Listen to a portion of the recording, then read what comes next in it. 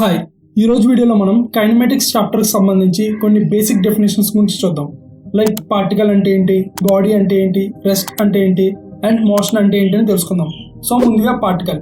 An object with negligible mass is called particle.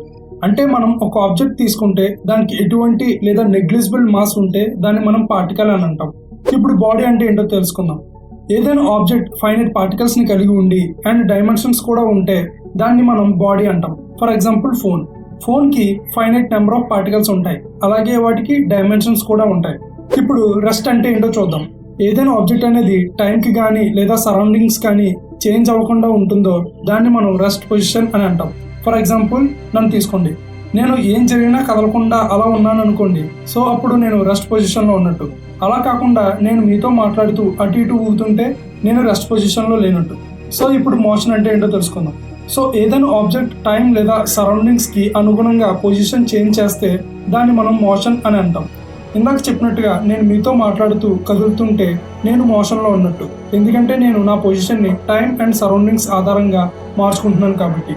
So ఈ వీడియోలో మీకు కైనమాటిక్స్కి సంబంధించి బేసిక్ డెఫినేషన్స్ అయిన particle, body, rest and motion గురించి అర్థమయ్యాయి అనుకుంటున్నాను. నెక్స్ట్ వీడియోలో ఈక్వేషన్స్ ఆఫ్ మోషన్ గురించి తెలుసుకుందాం. Thanks for watching.